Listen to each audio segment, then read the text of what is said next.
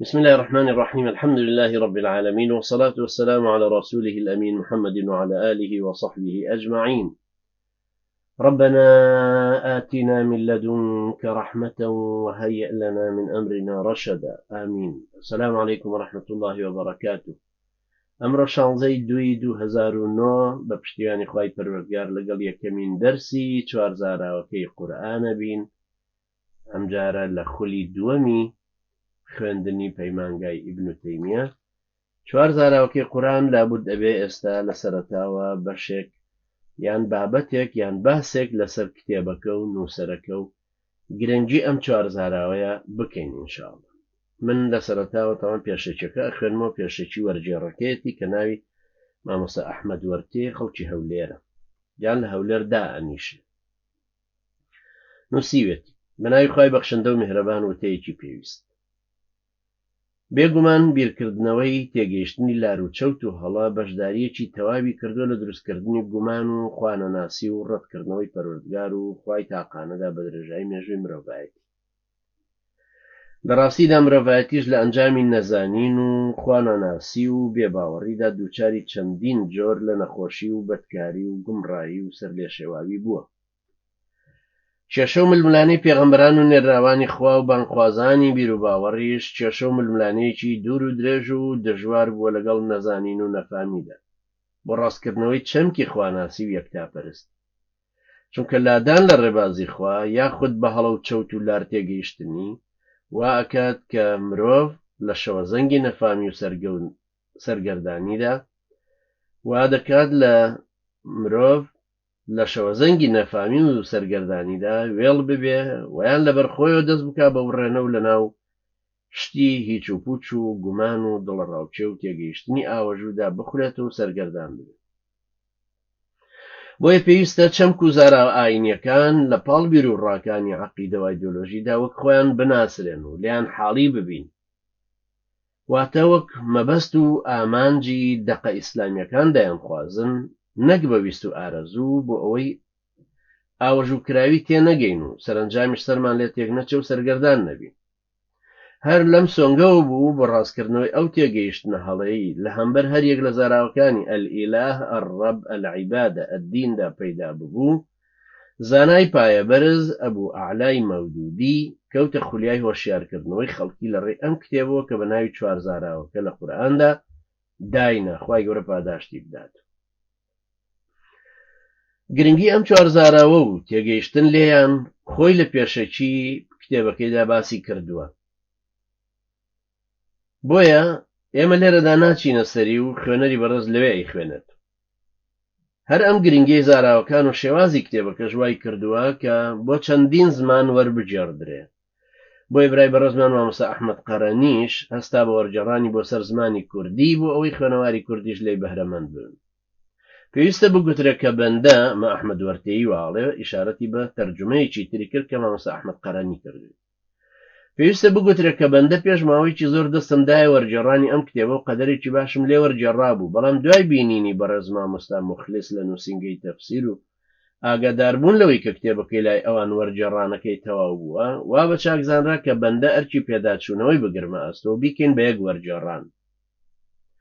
منیش لەگەڵ سوپاس و پێزانینم بۆ ئەو بەڕێزانە هەستان بەو کارە و ئەوەی پێویست و لە توانای مندا بوو بە ئەنجامم گەیاند، چونکە لە ڕاستیدا ئەم کتێبە کتێبێکی ئاسایی نییە و بەرهەمێکی زۆر نایابە، بۆیە هەڵدەگرێت کە چەندین جار ورد بکرێتەوە و پێداچوونەوەی لەسەر بکرێت، بەڵکو بە وەرگێڕراوی جارێکی ترە و ئامانجە بپێکێت کە یەکەم جار بۆی دانراوە ئینشاءڵڵا. گەر لە شوێنێکی شاشتێکم لە پەراوێزا زیاد کردوێ بە تەرجمەی ئەو یان ئەحمەد وەرتێ ئاماژەم پێدا. بە پێویستیشم زانی کە کورتەیەکی ژیانی مامۆستا مەودودی بنووسم و بیخەمە سەرەتای کتێبەکەوە. هیوادارم کە کتێبێکی خنجیلانەی کوردی لێ دەربچێ و خوێنەران لێی بەهرەمەند بن و جارێکی تریش ئاواتی مامۆستا مەودودی بێتە دی لە ناوگەلی کوردی مسڵمان. داواکاریشم لە خوێنەرانی بەڕێز کە بە وردی کتێبەکە بخوێنەوە و نزایەکی خێریش بۆ دانەر و بۆ ئێمەش بکەن. خوای گەورە لە هەردووکیان ڕازی بێ و قەڵەمی عەفو بەسەر گوناهیانە بێنێ ئینشاءڵڵا. لە کۆتاییە هیوام سەرکەوتن و پێشکەوتن بۆ برای وەرجێڕ و نووسینگەی تەفسیرە خوازم. پێشەکی وەرجێڕی کوردی. ئەمە کە خوێنمەوە هی مامۆستا ئەحمەد وەرتێ بوو، ئەمەی تریانی ئەحمەد قەرەنیە متەرجیمەکەی تریان. سوپاس و ستایشی بێپایان بۆ خوای جیهانیان و درود و سەلام بۆ بەرەکاتی خوا بڕژە بەسەر گیانی محەممەد المستەفا و یارانی و شوێن کەوتوانی تا ڕۆژی دوای. لە پاش هەموو بیر بۆچوونە کاتە تەمەنی گەورە دەبێ، هەموو بیر و بۆچوونە کاتە تەمەنی گەورە دەبێ و بە هەر چواردەوری جێ پەیدابوونیدا بڵاو دەکا، زۆر تۆز و گەردی لێ دەنیشێ و شتی تری پێوە دەلکێ، دوایە بەهۆی ناحاڵی بوون لەو دەقومانە و مەبەستانەی ئەو بیر و بۆچوونە هەیەتی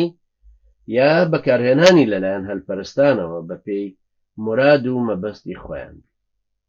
بە هەمان شێوە بەرنامەی ئیسلامیش کە خوای گەورە لە نیوە دوورگەی عەرەبیدا ناردێ خوارەوە، خەڵکانێکی زۆر و زەبەندە لە هەموو ڕەگەز و زمانێکە هاتنە ناوێەوە و هەڵیان کرد. لە ئەنجامدا زۆر تۆز و گەردی لێ نیشت. زۆر جار خەڵکی ئیسلام لە ئامێزگرت و بیر و بۆچوون و فەلسەفە و ڕۆشنبیری خۆیان تێکەڵ بەو ئاینە نوێیە دەکرد. بۆیە خوای گەورە سونەتی وایە پێغەمبەری پێشەواش عەلەیهی سەڵات وسەلام ئاماژە بۆ ئەم مەسەلەیە دەکاوە، فەرمێ لەسەری هەر 100 ساڵێکە خوای گەورە یەکێک پەیداکە کە ئەو تۆز و گەردەی لەو ئاینە نیشتون دایتەچێنێ و کاکڵکەی بخاتەوە بەرچاوی خەڵکی. هەر لەم ڕوانگە و ڕێگایەوە مامۆستا مەودودی ڕەحمەتی خوای لێبێ سەیری کرد کە خەڵکی زۆری چەمکەکانی دین بە ئاوەژوو تێدەگەن، یا هەندێک شتیان لێکەم کردو تو یا لیان زیاد کردووە، تا سەری لەوە دەرچوو کە چەمکە ئاینەکان ئەو ڕۆڵەی هەیان بوو نەیانما، کاریگەریان لە نێو میلەتی ئیسلامدا کز بوو. بۆیە بە پێویستی زانی وەکو نوێخوازێکی ئەم سەدەیە ڕاپەڕێ و ئەو چەمکانە لە هزری خەڵکدا ڕاستکاتەوە حاڵیان بکات.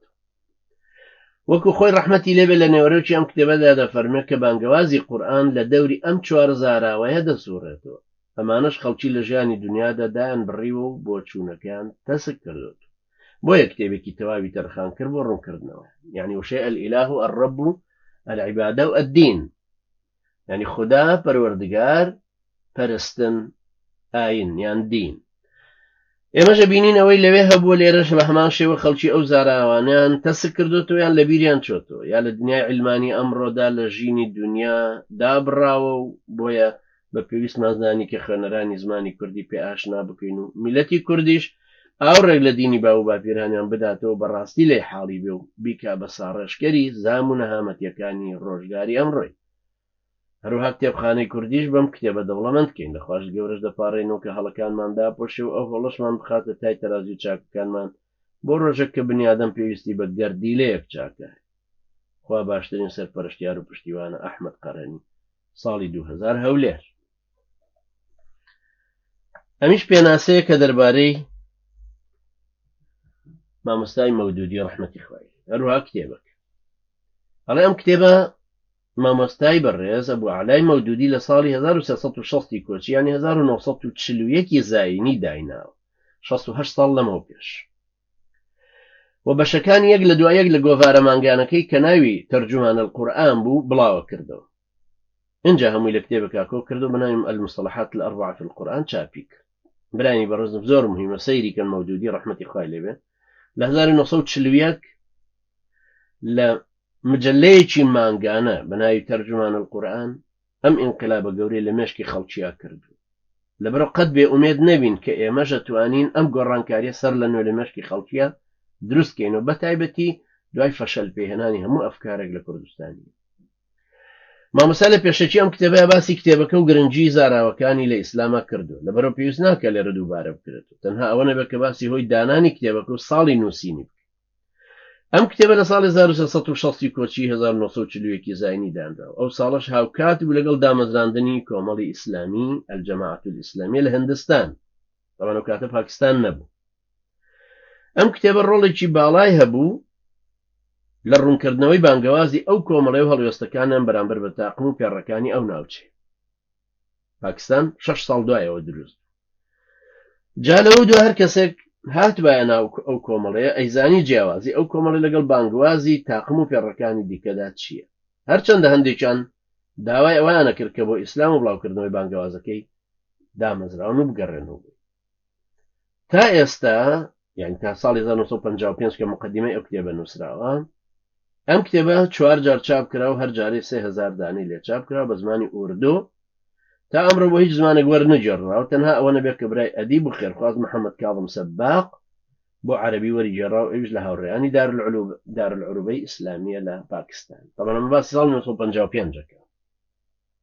محەممەد عاصم حەداد خۆی میسریە، ئەو کتێبانەی تەرجمە کردوێت لە کتێبەکانی تریشی تەفهیم القورآنە کە تەفسیرەکەی ئیمامی مەودودی ڕەحمەتی خوای. ئێمەش خۆمانی لێ بەهرەمەند دەکەین بە پێشکەشکردنی بە ئەوانەی بە پیتی ضاد دەدوێن. ئەم کتێبە دووەمین کتێبەکە لە دیمەشق چاپەکرێ، قەڵای سەختی ئیسلام بەدەستی برانی ئاین و زانستپەروەر کە دڵمان لەگەڵیان کۆبەتەوە لەسەر خۆشەویستی ئیسلام و قوربانیدان لە پێناوی. خوا هەمومان ڕێنمایی بکە و سەرمان بخە بۆ کارێکە خۆی پێی ڕازیە، هەر ئەو سەرپەرشتیار و پشتیوان و بیسەر و وەڵام دەرەوەی پێویستەکانمان. پێشەوەش لە دیمەشق کتێبی مەبادی ئولئیسلامی مامۆستا مەودودی چاپ کرا و 8 کتێبی دیکەش لە قاهرە چاپ کرا. مەبادی ئولئیسلام بەرەو ڕێبازی ئیسلامە لە ساڵ 1969 لە کوردستان چاپ بوو. جعفەر عەبدوڵڵا تەرجمەی کردبوو، تەرجمە کراوە بۆ 52 زمان. کتێبەکەشی بە 7 ڕۆژ نووسیوە ڕەحمەتی خوای لێ بێ مەود. ئەمە مقەدیمەیەکی تر بوو دەربارەی ئەوەی کە لە لاهورەوە محەممەد عاصم حەداد نووسیوێتی کە دەربارەی پێشەکی ئەو کتێبێ. ئەبوو لەعەلای مەودودی لە چەند دێڕێکە. یەکەم لە بەرەبەیانی ڕۆژی دووشەمەی 3 ڕەجەبی 1321 کۆچی بەرامبەر بە 1930 زاینی لە شاری ئۆرەنگ ئابادی هندستان لە خێزانێکی ئاین پەروەر لەدایک بووە. 1930 ئیمام بەننا 1905 سەید قوتب 1906. باوکی ئەبوو عەلا کە ناوی ئەحمەد حەسەن مەودودی پیاوێکی پارێزکار و خواناز بوو کە بۆ خزمەتکردنی بە ئاینی ئیسلام کاری ڕۆژنامەگەری هەڵبژاردە بوو، یعنی باوکیشی سەحوفی بوو. تا تەمەنی 9 ساڵی مەودودی کتێبەکانی سەرەتایی قۆناغی خوێندنی لای باوکی بەڕێزی خوێند و پاشان لە قوتابخانەی فەوقانیەی ئۆرەنگاباد بە خوێندن و فێربوونی قۆناغی سەرورتر لە خوێندنەکەی خەریکە بێ. تا تەمەنی 15 ساڵ لەو قوتابخانەیەدا لە زانستەکانی تەفسیر، فەرموودە، فقه، ئوسوڵ، ڕەوانبێژی، وێژە، سەرف، نەحو و ماتماتیک بە شێوەیەکی زۆر چاک بەهرەمەند بوو. ئەو کاتە کتێبی المرئەة الجەدیدەی لە عەرەبیەوە بۆ سەر زمانی ئوردو وەرجێڕاوە، یعنی کە تەمەنی 15 ساڵ بوو. ساڵی 1921 یعنی تەمەنی 18 ساڵ بووە لە ڕۆژنامەی تاج بەشداری کردووە کە لە جەبەلپور لە هەند بڵاو ئەکرایە. لە ساڵی 1921 ئەڕاتە شاری دەلهی، لەوێ بێتە سەرنووسەری هەردوو ڕۆژنامەی بەناوبانگی موسلیم و ئەلجەمعیە کە ئۆرگانی ناوەندی کۆمەڵی زانایانی هند بوون. هەر لە سەردەمی ئەویشا بووە کە جەمعیە ناوبانگێکی گەورەی پەیدا کردو، یعنی لە تەمەنی 19 ساڵیە. لە ساڵی 1933 کە تەمەنی بۆ بە 30 ساڵ، یعنی بۆ خزمەتی زیاتر بە ئیسلامی پیرۆز کاری ڕۆژنامەگەری دەست پێکا و گۆڤاری تەرجمان القورئان و چەند کتێب و نامیلکەیەکی تر بڵاو کرد. بەڵام کتێبی بڵێن مجلەی تەرجمان القورئان ئێستاش هەر دەرەچێ لە شاری لاهور دەرەچێ. من چوون بۆ ئەو جێگایانە. ساڵی 1359 یعنی کە تەمەنی 36 ساڵ بووە، تەمەنی 56 ساڵ بووە ئەو کاتە، کاری بانگەوازی ئیسلامی خۆی زیاتر پەرەپێدا و پاشان لەگەڵ ڕۆژنامەیەکی بابیڵێمەوە ساڵی 1359 کۆچی ببورن. کاری بانگەوازی ئیسلامی خۆی زیاتر پەرەپێدا و پاشان لەگەڵ ڕۆژنامەیەکی بەناوبانگی ئوردو زماندا هاوکاریەکە، یعنی ئەو کاتی تەمەنی کە 37 ساڵان بوو. لەو کات و ساتانەشا بوو کە مەودودی ڕووی لە سیاست کرد و بەشداری لە بزوتنەوەی خلافەتدا کرد، لەگەڵ بزوتنەوەی تەحریکی هیجرەتیشدا هاوکاری هەبوو. هەردوو ئەم حرەکەتە خلافەت و هیجرەت ئینشاءڵڵا لە دەرسی ڕمان و ڕامانە شتێکی دەربارە ئەخوێنین. لەسەر داوای چەند جارێ زانا و دانای خۆرهەڵات محەممەد ئیقبال لاهوری کە فەیلسوفی گەورەی هندستانە لە حەیدەرئابادی دەکەنەوە دێتە ناوچەی پەنجاب دوو بەشە، پەنجابی شەرقی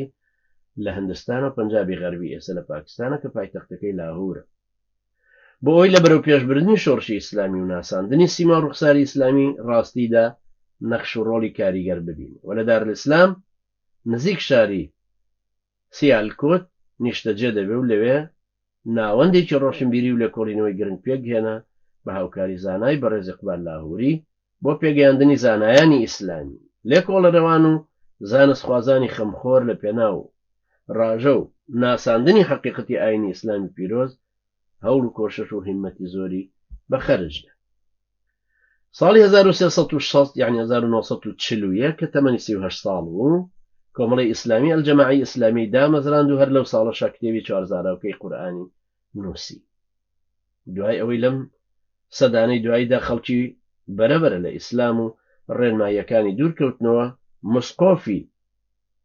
ئلحادی، مسقۆف لە هەولێر بەکاری دێنن، مسقۆف یعنی بێدین ملحید،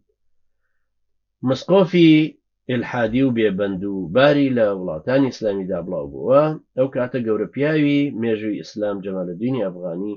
هاتوو پەیامی ئاگرین و کاریگەری ئیسلامی شۆڕژگەڕانیدا بەگوێی خەڵکە و جارێکی تر ئومەتی ئیسلامی وریا کردەوە لە نەخشە و پلانەکانی دوژمنان. دوای ئەویش بانخوازان پەرچەمدارانی گەورە وەکو پێشەوە حەسەن البەنا و ئەبوو عەلا و سەید قوتب ڕێبەرایەتی بزافی شۆڕژگەڕی ئەو قوتابخانەیان گرتە دەست و لە پێناویە گیانبازی و فیداکاریان نوان کە بزاف و ڕاپەڕین و سەرهەڵدانەکانی ئیسلامی لە جیهانی ئیسلامیدا لەم چاخانەی ئێستادا دوای فەزڵی خوای گەورە بەر و بەرهەمی ڕەنج و ماندووبوون و جیهاد و تێکۆشانی ئەوان و هاوێنەکانیان. ئەبوو عەلای مەودودی گەورە پیاوی گۆڕەپانی خەبات و تێکۆشانی دژی خورافات و ڕێچکە مرۆڤ کردە خۆرهەڵاتی خۆرئاوایەکان تەمەنی بە نرخی خۆی لە لێکۆڵینە و نووسینی بەرهەمە نایابەکان و بە نرخەکانی زانستی و سیاسی و ڕۆشنبیری زیاد لە 100 و ئەوەندە کتاب و ڕیسالەی نووسیوە. ئەم تەڵە نووسێتی 100 و ئەوەندە 134 کتێبی نووسیوە مەودودی ڕەحمەتی خوای لەبێ. هەندێک لەوانە مجلداتن وەکو تەفهیم القورآن 5 مجلدە، ئەسئلە و ئەجوبە 5 مجلدە واروە. زانایان و نووسەران ئەمڕۆ تەفسیری تەفهیم القورآن ئەبوو لەعلای مەودودی و تەفسیری فی ظلال القورآن مامۆستای شەید سەید قوتب بە زمانە زیندوەکانی جیهان گزارشت لێ دەکات. سەرنجام ئەبوو عەلا دوای خزمەتێکی زۆر بە ئیسلام و مسلمانان و هۆشیارکردنەوەی و ڕاستکردنەوەی تێگەیشتنە چەوت و هەڵەکان ساڵی 1399 لە 22/1979 بۆ دوجار ماڵاوایی لەم جیهانە پڕ لە تەنگ و چەڵەمەیە کرد و بەرەو لای خوای گەورە گەڕایەوە و لە لاهوری پاکستان ئەسپەردەی خاک کرا و ئێستا ئارامگاکەی لەوەیە ڕەحمەتی خوای لێبێ. من چوومەتە تەڵان شوێنەکەی و ئێستاش لە لاهورە گەورەترین شوێنیانەیە کە ناوی مەنسوورەیە، شوێنی قەزاوەت و معهدێکی شەرعی و چاپەمەنی و جۆرەشتانەشیان تەڵان لەوێ هەیە. ئێستا دەمە سەر پێشەکی ئیمامی مەودودی ڕەحمەتی خوای لێبێ کە بۆ 4000ەکەی قورئان نووسیونی. 4000ەکەش بریتین لە ئەلئیلاه ئەڕەب العیبادە ئەدین کە خۆی بە شتێکی زۆر مهمی ئەزانێ بە تەئکید و هاشە کە ئەفەرمێ هەموو تێگەیشتنی دین لە دەوروبەری ئەم 4000ەوەی ئەگەر. مەودودی ئەفەرمێ ئەم 4000ەوەیە خوددا ئەلئیلاه پەروەردگار ئەڕەب پەرستن ئەلعیبادە ئاین ئەدین بناغە و بنچینەی زاراوەکانی قورئان و بانگەوازی قورئان لە دەوری ئەم 4000ەوەیە دەسوڕێت. بەگشتی قورئان داوای ئەوەکە کە خوای پەروەردگار تاکو تەنیایە و خۆی هەڵسوڕێنەری ئەم بوونەوەرەیە و هەموو کەس پێویستی بەو هەیە و ئەو پێویستی بە کەستی. هیچ خودایەکی بە حەق نییە تەنها ئەو نەبێ و مرۆڤ بێ بەخوایەتی ئەو ڕازی بێ و بەس. ئەو بە پەروەردگار بگرێ و ئەو بە پەروەردگار بگرێ و خودایەتی و پەروەردگارێتی غەیری ئەو ڕەت بکاتەوە و بە تەنهابی پەرستێ و غەیری ئەو نەپەرستێ ئاینی خوددا بە پوختی وەربگرێ و هەموو ئاینێکی غەیری ئاینی خوای گەورە ڕەت کاتەوە. وەک دەفەرمێ وما أرسلنا من قبلك من رسول إلا نوحي إليه أنه لا إله إلا أنا فاعبدون. يعني لپێش تۆیە هیچ پێغەمبەرێکمان نەناردووە مەگەر وحیمان بۆ کردووە کە جگە لە خۆم پەرستراوێکی تر نییە، دە ئێوەش بەندایەتی من بکە. هەروەها ئەفەرمێ وما أمروا إلا ليعبدوا إلها واحدا لا إله إلا هو سبحانه عما يشركون.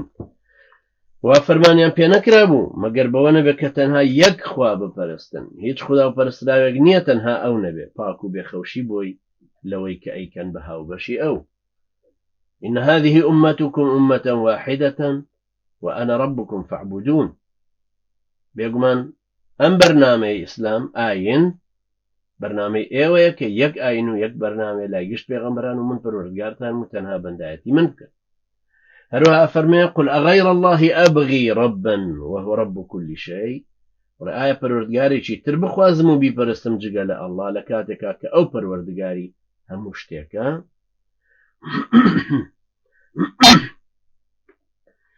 هروها فرماه فمن كان يرجو لقاء ربه فليعمل عملا صالحا ولا يشرك بعبادة ربه أحدا جهر كسك بتماي جيشتني پروردگاريتي باكردوي چاك انجام بداتو لپرستني پروردگاريا هيچ كس نكابها وبشي ولقد بعثنا في كل أمة رسولا أن يعبدوا الله واجتنبوا الطاغوت بيقوم لنا وهرنا تويكا بيغمبرك ما ناردو تابيان رابقين كبتنها خواب برسنو تخني طاغوت مكون يعني أواني ياخينو فرستراوي غير خواي پروردگار عشان فرماه أفغير دين الله يبغون وله أسلم من في السماوات والأرض طوعا وكرها وإليه يرجعون آية أهل كتاب جولك وديانا كان ربازي كي ترخوازن بيشغل الربازي خواي قورا لكاتك هرچي لأسمان كانوا زويدايا ملكشي أول بخوشي خوان بيابنا چاري هربو لا أويش قرين قل إني أمرت أن أعبد الله مخلصا له الدين بلا من فرمانم بيكرا وكتنها خواب برسمو بدل سوزي ونيتي باكو باكجي كردو موا لسر دينك أوبا إن الله ربي وربكم فاعبدوه هذا صراط مستقيم منو ولا برسني پروردگار يكسانين واتا پروردگاري هردو لامانو برسني خواو بيقناسيني راسترين ريقاي أما كمال آيات كهناية ورحمة إخوائي اللي بهم كتقريبا نوع آيات وكفرند بانوا فرمي أمانة چند آيات يقبون بونمونه هنا مانوا دنا أو القرآن بخوانت أو تيبقى هرزو هستكا بويك هرچي رنموني وآمشگاري قرآن هيا لدوري أم چوار زارا ويا سورة بابت قرآن بيروكي بنرات يكي زياتر نية لويك يكام تنها خوا پروردگارو پرستراو يعني خوا جورا كردگارو پروردگارو أپرستره خالقة رب معبودة إله يعني دوهم هيج پروردگارو پرستراوي تر نية تنها أو نبي لا إله إلا الله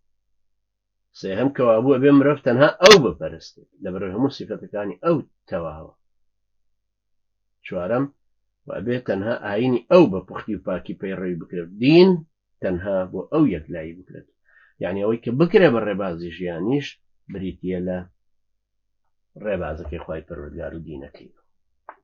دعاي أم مقدمة إمامي مودودي رحمة إخوائي لبديت سر فقري چتر بناوي گرنگي أم چوار زاراوي فرمي أوي رونو آشكرايا أويك أو كسيل قرآن بكولتو بچتا بنجو بناواني مانا كاني أبي لما أنا أم چوار زاراوي بقاتو چمكة تواو گشگيركاني وربك چونك أوي نزاني معناي خداو پروردگارو پرستن چيو آين بوشي بكارده وقمان لو دانيا كقرآن لاي أو بيت قسيشي پشجو خراو هيش لما كاني تناقا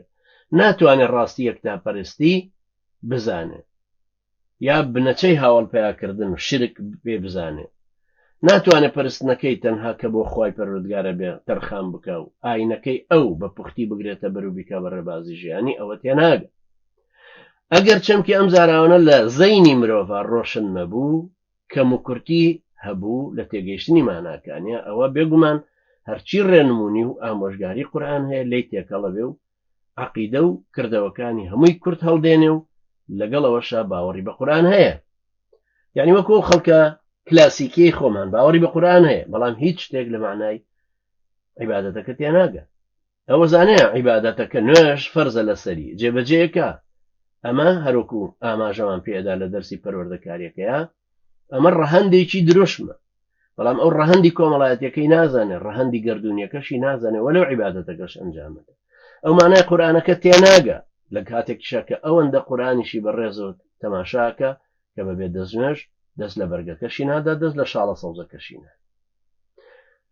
بەردەوام لا ئیلاهە ئیلەڵڵاهی لەسەر زمانە کەچی خواوەندی ترە پەرستێ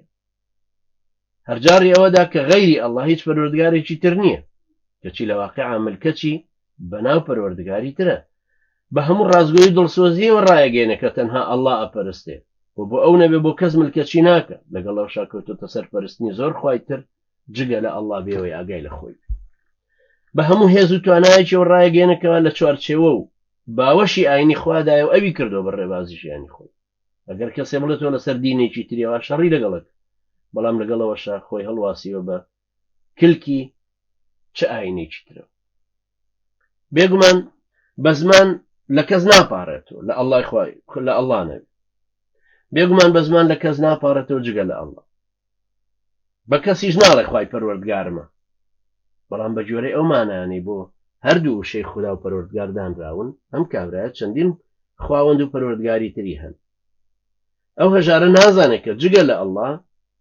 خوداوەند و پەروەردگاری دیکەی بە هاوڵ داناوە. ئەگەر ئاگداریشت کردو کە غەیری ئەڵڵا ئەپەرستێ و هاوڵی بڕیارداوە لە دینی خوادایە، یعنی لە دینی خواشایە بەڵام چۆتە سەر دینێکی تر و ڕێبازێکی ترەوە، بێگومان پەلامارە دەدا و بەڕووتە هەڵە شاخێ لە ڕاستیشە غەیری ئەڵڵا ئەپەرستێ و چۆتە ناو ئاینێکی تر بە جۆرەی کاکڵەی پەرستن و ئاین بەواتای ئەمان و ناوەرۆکی ئەمان. ئەو ناشزانە لەگەڵ ئەو هەمووشتانەی ئەو کارانێک کە ئەیکا لە ڕاستیە پەرستنی غەیری ئەڵڵایە و ئەو بارەی ئەو تێیکەوتووە،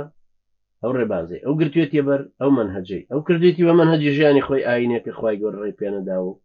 هیچ دلیلێکیشی نییە لەسەر ئەوەی کە ئەوەی ئەو بەرنامەکەی خوای پەروەردگار. هۆی سەرەکی ئەم تێگەیشتنە چەوتە چییە؟ تێڕوانین لە چرخەکانی نەفامی و چرخە ئیسلامیەکانی دوای ئەمان گەێنێتە ئەوەی کاتێ قورئان دابەزیە سەر عەرەبەکان بەوانە ڕاگەیەنرا کە بە پیتی ضاد دەدوێن. پیتی ضاد یعنی ئەوەی سادە و نقطەیەکی لەسرە، قورسترین پیتی زمانی عەرەبیەکە ئەوترێ، بۆیە بە عەرەبیەکەش ئەوترێ پیتی ضاد. هەموو کەسێ لەوان ئەیزانی مانای ئیلاه چییە، ئەو خەڵکە بۆ خۆیان ئەیانزانی معنای ئیلاه چییە، یعنی کە پێغەمبەر عەلەیهی سەڵات وسەلام فەرمی بڵێن لا ئیلاه ئیلا الله، ئەوان هەموو معناکان و مەدلولەکانی ئیلاهەکە تێگەیشتە بوون. ئەیانزانی مەبەست لە وشەی ئەڕەب چییە، چکە لە مێژ بۆ ئەو دووشەیە لە ناویانە بەکارەهات، شارەزای هەموو مانایانە بوون کە ئەو دووشەیە ئەیانگرێتە خۆیان. بۆیە ئەگەر پێیان گوترا بە لا ئیلاهە ئیلا الله واتە هیچ پەرستراوێکی تر نییە جگە لە ئەڵڵا، هیچ هاوبەشێکی نییە لە خوایەتیە لە پەروەردگارێتیە، ئەوە بەتەواوی ئەیانزانی بۆچی بانگەکرێت. بێت یەکەڵبوون و بێتە مومژ بۆیان دەرەکەوت کە ئەو کەسەی کە ئەم قسەیە ئەکا و بۆ ئەم بانگەوازیان بانگەکە، بۆ ئەم لا ئیلاهە ئیلا اللهیان بانگەکە، ئەمان حاڵیە بوون لەوەی چ شتێک نەفیەکەن و داوای ئەویان لێکا کە ناهێڵە غەیری خوای پێوەسەد بکرێ و چ شتێک تایبەت کراوە بە خوای پاک و تاکەوە کە ئەم ئێستا بانگەوازەکەی بووە. جاوانی دژایەتیانە کرد، بە بەرچاوڕوونیەوە دژایەتیانە کرد. ئەیانزانی کە خوایەتی و پەروەردگارێتیەکان داوەتە پاڵ غەیری ئەڵڵا، داویانە بە بتەکانیان و ئەمانیش ئێستاوە ئەم پێغەمبەرە نازارە و شوێن کەوتوەکانیش داوای ئەویان لێکەن کە ئەو خوایەتیە لە بتەکان و بگەڕێنەوە بۆ ذاتی پاچی ئەڵڵا، بۆی کوفرەکەیان هەڵوەشێت. هەروەها ئەوانەی باوەڕیان هێنابوو بەزانین و ڕێنمونی و بەرچاوڕوونیەوە باوەڕیان هێنابوو بە هەموو ئەو شتانێک کە ئەو عەقیدە زیادەیە پێویست دەکا وەربگیرێ و ئەشیانزانی کە وتویانە لا ئیلاهە ئیلا الله چیان لەبەر خۆیان داماڵیوە، وەسفی پەروەردگار و کردگاریان لە بتەکان داڕنیوە هێناوێنێتەوە بۆ خوای پەروەردگار. هەروەها وشەکانی ئەلعیبادەوە دین لە زمانەکەیانە باو بوو، ئەیانزانی عەبد چییە، عەبدایەتیش و عوبودیەت چیە گەێنێ، ئەو پەیڕوو کردارە چییە کە پێوترە عیبادە، کاکڵەی دینەکەش چییە و ئەو مانایە چییە کە ئەو وشەیە ئەیگرێتەوە. بۆیە کاتێک کە پێیان وترا خوا بپەرستن و لە تاغوت دوورکەونەوە، ئەن اعبدوا الله واجتنبوا الطاغوت، وەرنە ناو ئاینی خوا و واز لە هەموو ئاینی تر بهێنن، بە هەڵەدا نەچوو بوون لە بانگەوازەکەی قورئان کە هێنان. هەر لەگەڵ وشەکانیان بەرگوێکەوت یەکسەر زانیان ئەم بانگەوازە داوە چ گۆڕانکاریەکیان لێکا لە دید و ڕوانینیان، لە ڕەفتار و هەڵسوکەوتیان، لە شێوەی ژیانیان. بەڵام لە چرخەکانی دوایی ئەم چرخە زێڕینەی پێغەمبەر و هاوڵانی عەلەیهی سەڵات وسەلام مانە ڕەسەن و ڕاستەکانی ئەم وشانە بەرەبەرە گۆڕانیان بەسەرا هات و سیس بوون. ئەو مانایانەی کە لە سەردەمیدا بەزینی قورئانە لەناو ئەو نەتەوەیە باو بوون، تاوای لێهات هەر یەک لەو چوارزارەوە بە چەند مانایەکی تەسک و سنووردار مانا ئەکران لە چاو ئەو مانا بەرفراوانەی پێشتر گرتوویانە خۆ. ئەنجا مانای کورد هەڵهاتوو لە چەند مانایەکی دیاریکراوی سنووردار و تەسکە هاتەوە پێش. کەمبوونی چێژی زمانی عەرەبیتەوە وشکبوونی کانیاوی زمانی عەرەبی لە شەرخەکانی دواییە هۆیەکی سەرەکی بوو. یعنی لە سەرەتایە لە سەردەمی جاهیلیەت و ئیسلامە عەرەبەکان ڕاستەوخۆ زمانەکەیان هەمووی بە پاراوی وەکو کانیاوێک لێیان هەڵەهێنجا و حاڵیە بوون لە هەموو وشەکانی، چونکە ئەو سەردەما عەجەم ئەوەندە تێکەڵ نەبوو سەردەمەکانی دوایی خەڵکە تێکەڵ بە دینەکە بوون ئەنوە هاوشکاڵ لە هەجاتی تر هاتە پێشەوە زمانی تر هاتە پێشەوە ئەنجا زمانی مکەسەر دروست بوو هەروەکو یەکێکە تازە فێری کوردی بوو هۆی دووهەم ئەوانەی لەوە دوا لە کۆمەڵگەی ئیسلامی لەدایکە بوون و تایە پێگەیشتن ئەو مانانیان بۆ نەمابووە کە لە وشەی ئەلئیلاه و الرب و العیبادە و الدینە لە کاتی دابەزینی قورئانەکەیە کە هەبوو بۆ ئەمان نەمابووە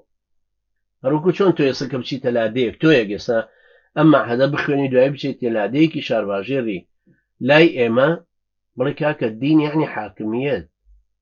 چی لێ تێگەن چی لێ حاڵیە